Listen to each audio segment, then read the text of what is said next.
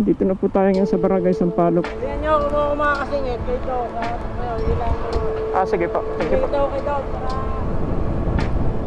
Tingnan ko daw kung makakasingit. Yan, putik, grabe. Yan. Grabe pa ang putik talaga din eh. Ito po yun, ito po. At least nakapunta po tayo. Kakasingit nga po tayo din. Dapat nababaon mo. At ito na nga po ang sapit ng ating mga kababayan dito sa Barangay Sampaloc, Talisay, Batangas. Natabunan po ng putik itong national road na to at napakalalim po ng putik na tumabon. Kaya this time, abalang-abala po yung ating mga DPWH dito para sa clearing operation itong daanan to. This is Joe Motovlog once again. This afternoon, we are here at Barangay Sampaloc, Talisay, Batangas. Dito po tayo nakikain sa Valentino's store. Base nga po sa kanila, pinasok na ng tubig ko. Pati po sa loob. Pero nalinis na namin. Nako, Ano po ito? padalawang beses na to. Kailan po yung una? 1995, bagyo 1995. Ayan, kita dito po natin putik eh. Dali. Lalapitan na po natin ito. Ayan, puro putik.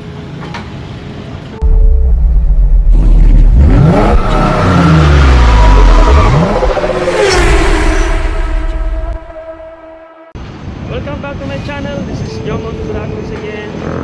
Today is Tuesday and we're already here at Tagaytay City. Phenomenon, Tagaytay City Circle.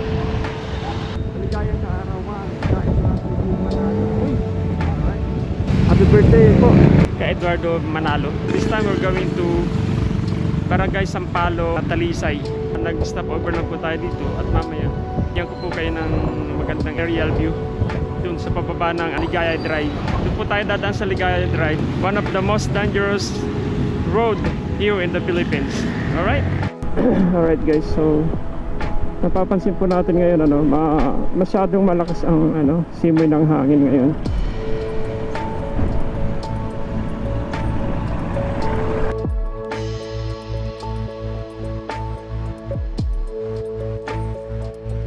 May ibang daan tayo pwedeng daanan. Mali yung tinuturo sa atin. Kaya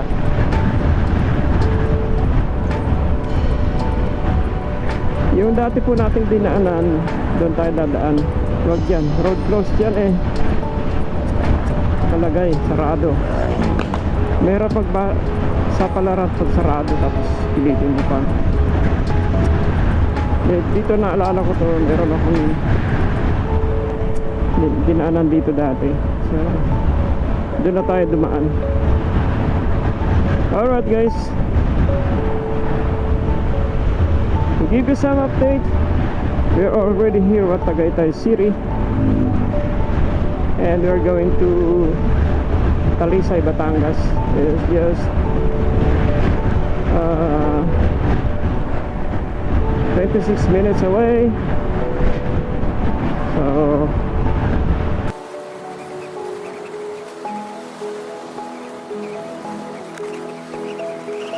alright guys, ayan, ito po tayo. Pero ayaw ko ba dito, ba't ginawa tayong kotse? Sinasabi lagi, motor tayo. Ayan, ano lang daw tayo, 14 kilometers and so 25 minutes lang daw yung travel time natin dyan. Okay, let's go. Puntahan na po natin yung yan, Barangay Sampaloc, Talisay. Ligaya Drive po tayo dadaan. Ayan, Ligaya Drive na yan.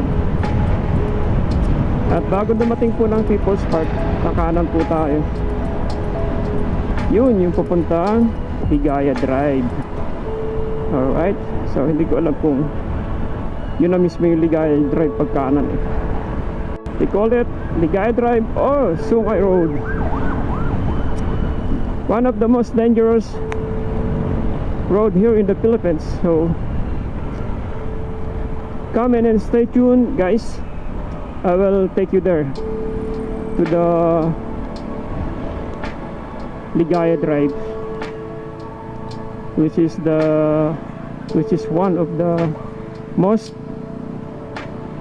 dangerous road here in the Philippines. Okay, so In you can see that 300 meters, sign turn right onto Ligaya to Drive. Talisay. Okay, so ito po yung mga yan tayo kakain mamaya. Terminal ng mga tricycle yan. Ito na yan. Ayan, at nag-umpisa na po Take the tayo next ngayon right onto Ligaya dito sa Ligaya Road. Alright, I hope that my audio is clear with you. Yan, kita-kita po natin dyan sa ating screen, we can see the Continue on Ligaya Drive for zigzag 7 road here. kilometers. Oh my god, something like scary, man. Right, we're following the big truck, but I don't want to overtake. Maybe we can overtake because he stopped right there. Ayan po, nandito na tayo ngayon. Umpisa na po ng pababa natin sa Ligaya Road or Sungay Road. Alright, ayan, dito po natin at mamaya ipapakita ko din po sa inyo. Yan. Actually, umpisa pa lang po ng pagbaba natin to. Pero nakita natin yan, parang ang gulo-gulo ng pagkaka-drawing. O, diba? O, umpisa. Ewan ko ba dito sa to, ginawa tayong Oh. Guys, I'm driving a motorcycle, but you can see in my screen that's a car, red car. That's a red car, but I don't know how to change it. But for now, oh my god, you can see the landslide here. Dangerous curve. Oh, oo nga. So nung unang punta po natin, walang ganyan. Wala tayong nakitang landslide dito. So confirm, dito po tayo dumaan dati. Tapos ang pauwi, dito din tayo dumaan. Oo. Tapos yung isang itinuturo sa atin na daan doon, ang nakalagay close road. So saka na po natin puntahan yun. But this time, ayan, kitang-kita po natin. Dito nga po ako dumaan nun. Dito po tayo dumaan dati. Yeah, I hope it's clear with you. My cameras are recording, and oh my god, this is really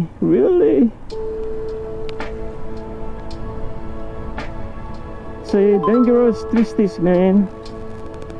Look at that. Diba, oh, ang tindi po ng mga dito, ng mga pasikot-sikot.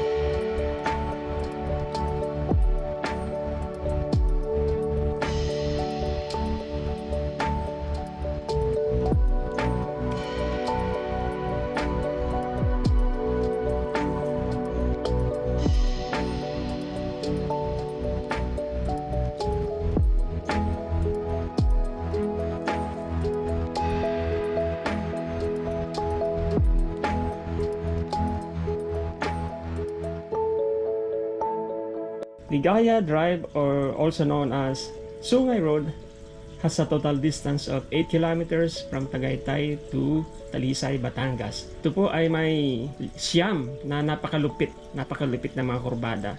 At kahit ito po ay napakadelikado, mas gusto po itong daanan ng karamihan sa mga kababayan natin, lalo na po yung gusto mag-sightseeing at magpalipas ng oras. A few moments later. Ngayon, pakanan po tayo kasi pupuntang Laurel tong kanan, no? Hello, sir. Punta lang po ako ng Barangay Hall ng Sampaloc. Hanggang saan lang po ba? Hanggang Lainis lang po tayo. Sige po, kahit hanggang doon lang.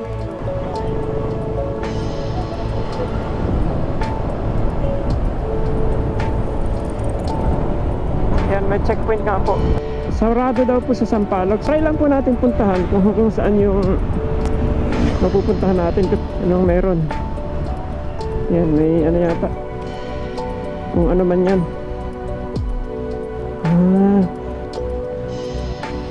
Patay. May libing po yata tayo, ano. Ito po pala ang bumagsak, ano. Grabe. Noong linggo po, nandyan ako sa buko. Nagulat ako nung ano, nabalitaan ko ng Webes ba?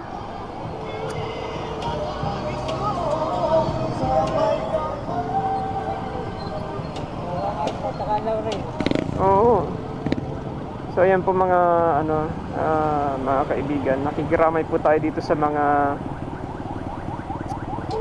namatayan po, ano, na dadalhin na sa mga huling hantungan nila. Itong mga patay. Itong ino pong mga labi ng mga ano natin, kababayan na biktima ng, ayan po, na biktima ng ano po, ng bagyong si Christine, ano. Matindi po itong si Christine na yan. Hindi po natin natiis na hindi pumunta din dahil marami po tayong kaibigan nakilala dito nung nag-vlog tayo nung Sunday. Nung ano po yan, nung isang Sunday pa. We're so sorry and we are very sad to hear that, yung mga nangyari dito. So ayan po, ngayon po nandito lang tayo para bigyan po kayo ng latest update dito sa lugar. Ayan, nandito na po tayo ngayon sa Barangay Balas. Ito po yung dinaanan natin nung pupunta tayo sa Barangay Buko. At yun nga po sabi ng manong pulis, hanggang ano lang daw po, lagpas ng Barangay Buko. At hindi na daw tayo makakarating sa Barangay Sampaloc dahil sa kato. So ayan, tingnan po natin, ano, i-update ko kayo pagdating doon sa may lagpas daw ng Barangay Buko, kung hanggang saan yung bukas. Subukan po natin yan na mapuntahan. At pag talagang hindi tayo pinapasok, wala tayong magagawa. I'm so sad to hear that, and I'm here to give you that update about the devastation here and give you some aerial footage as soon as we arrive there at Barangay Sampaloc. And according to police officer, we cannot pass through that Barangay Sampaloc. So Barangay Sampaloc is closed already. Maybe that's the reason why yung papunta din po ng Calamba kanina na dinaanan natin, wala din pong, may nakalagay din po doon na road closed. Alright, so ayan, nakikita na po natin yung mga daan na ano na dito. Ayan, bakas na bakas po yung taas ng tubig dito, ano. Kung napapansin niyo po, puro putik pa rin yan. Ayan, dito sa may kanan, lalo na yun. Ibig sabihin lang po, yung tubig na rumagasa dito ay nanggaling talaga sa bundok. Kasi nandito sa kanan yung ano, yung tambak.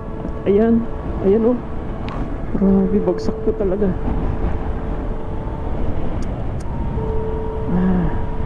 Pati po yung pinakamaliit na portion dito na ano, nag-landslide din. Ayan. Dito po tayo pumesto nung nakaraan. Ito, yung Barangay Buko na yan. Dito po tayo nakapwesto dati. So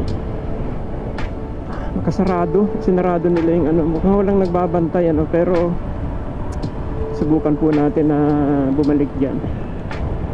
Ito po oh, yung mga puno na galing sa taas, ayan, bumagsak na din. Grabe po ang puti ko, kawawa talaga sila dito. Lagpas naman daw po ng Barangay Buko ang ano, mapupuntahan, kaya pinayagan na po tayo. So at least inaalarma po nila yung mga tao na at motorista na pumupunta dito. So yung nakita po natin na 4 wheels kanina, bumalik na. At ito po yung Nissan na nasa lubog natin, naka-hazard, naka-emergency po siya. Okay, nandito na po tayo ngayon sa, hindi na po natin napuntahan to dati. Yan, Barangay Leines. Ito ang pinakamalinis na barangay sa lahat. Hindi na gumagalaw. Subukan natin makida ang dini.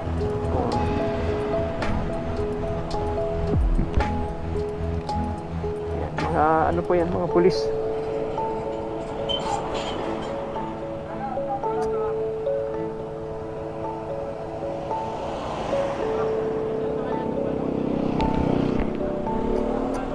Subukan natin.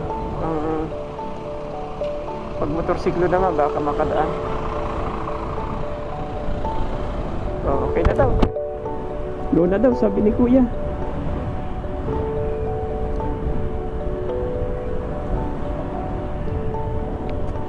Kumakaway na si Kuya dun.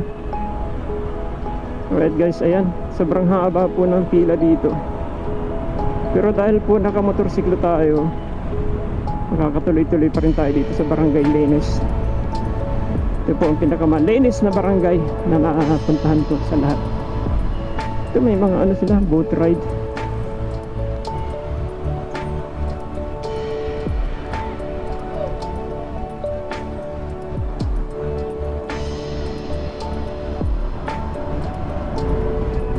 Yan.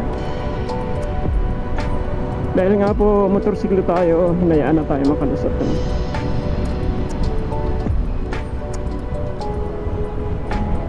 Yan po. Tinitingnan lang po natin at kung hanggang saan tayo pwede.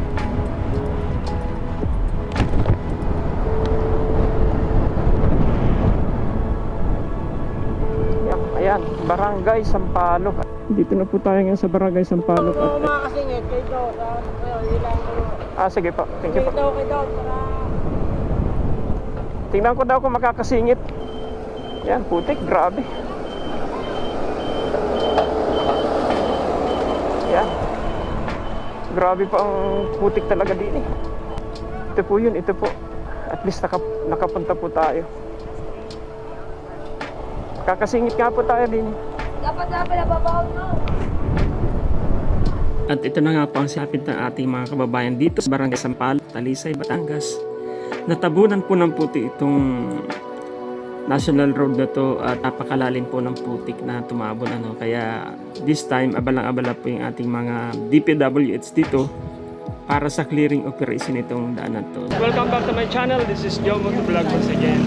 This afternoon we are here at Barangay Sampaloc, Talisay, Batangas. Ayan. At dito po tayo nakikain sa Valentino's Store Catering.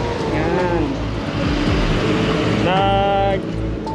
Tanong-tanong po tayo dito at base nga po sa kanila, pinasok na ng tubig ko. Pati po sa loob. Pero Ay, nalinis na namin. para po walang bakasan. Ay, kaya ano pa naman? Jeffrey, shout out po. Shout out po kay tatay. Ayun, parang halos wala po makitang bakas na nagkatubig dito. Nalinis Aside na ako, from- kumuha ako ng tao, nagbayad ako 2,000. Yeah. Nako, Ano po ito? sa dalawang beses na to. Kailan po yung una? Yung Ruseng. Rosing, matagal na po yun ano? 1995, bagyong 1995, Ruseng. 95 daw. Opo.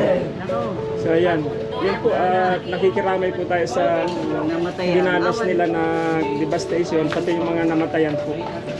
At ngayon, pupunta po muna tayo doon sa hinuhukay na na daan. Ayan, kanina po nakikita ko sa drone shot yung grabe ang ginagawa nilang paghukay doon. Yun po yung sobrang kanina na naipakita ko na ang lalim po ng putik. Ayan. Kaya ginamitan na po nila ng backhoe. Yun. At base po sa kanila, ito po, bakas na bakas po yung daan na dinanas ng mga, ayan, bakas na bakas po dito yung dinanas na baha. Ayan. Tambak ang mga basura at hanggang po. Ngayon, meron pa rin tubig doon at napakalalim po ng putik. Ayan. Kanina po hinarang tayo ni Kuyang police officer pero na hindi na daw po dito pwedeng dumaan. But sa ngayon, pinayagan naman po tayo kasi naka-motorsiklo tayo. Ayan, kita po natin putik. Lalapitan na po natin po. Ayan, puro putik. Ayan po. At kita-kita po natin dito yung ano, mga putik at buhangin. Ayan. Ayan po. Kuya, anong nangyari nung bumaha? Natakot ka? Hindi? Ah, magaling si Kuya. Matapang si Kuya, hindi natakot. Ayan po yung pinapanood nila ngayon kasi tinatanggal nila yung tambak ng putik. Kaya, testingin mo. Ayan. Grabe po ah.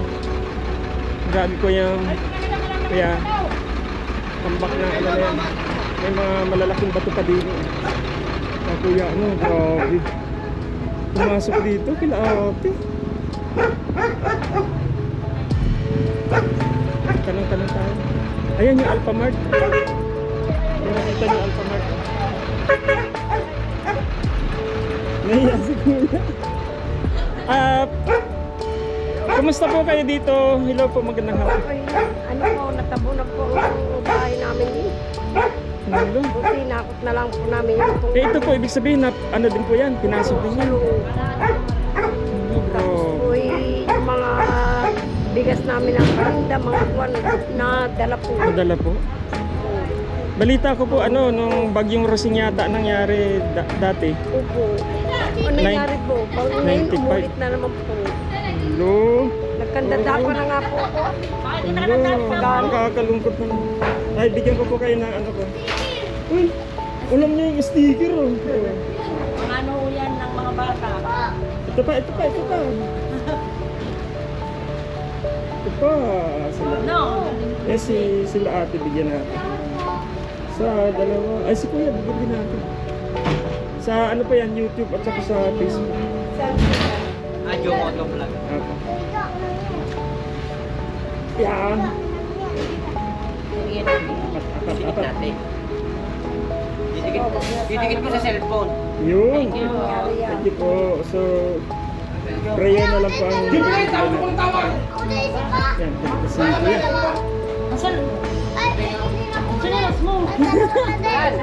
Ay, ano po yan? Ano po yan? Kakabis ko yung hiningi ng mga bata sa daan. Nangingi na po kami.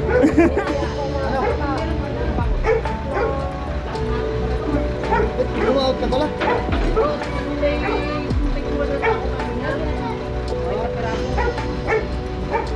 Ayan. Tingnan natin. Magbigay din tayo dun sa kahit pa paano. Kahit pa paano kapag nagay tayo kay nanay. Okay, dagdag na lang po dun. Salamat po. Sige po, okay po. Alright. Balik na po tayo sa ano.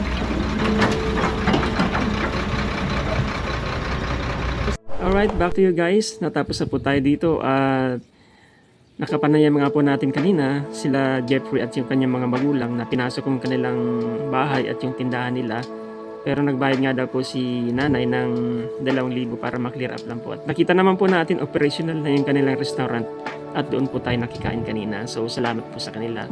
Din po nakapagbigay din po tayo ng konting tulong at Pala rin po kung kabalik tayo dito at makakapagbigay po tayo ng mas malaki-laking tulong pa sa kanila. Ngayon umaga daw po, dumating din ang ating dating Pangulong Duterte at nabigay ng tulong at para daw nga po silang mga batang nagsusumbong sa tatay yung base po doon sa mga nakapanayam natin. At ayun, wala na po tayong inabutan dito ng mga labi dahil hindi na po pwedeng patagalin. At ayan po, hanggang dyan lang po muna ang maibibigay kong update sa inyo this time. Alauna pa lang po, so meron pa tayong time para pumunta sa Laurel, Batangas. Pero dito ko na po muna tatapusin ang aking vlog for today. And if you're new to my channel and you like this video, don't forget to like, subscribe, and hit that notification bell so that you're always updated to all of my video uploads. That's all. And keep safe everyone. Goodbye.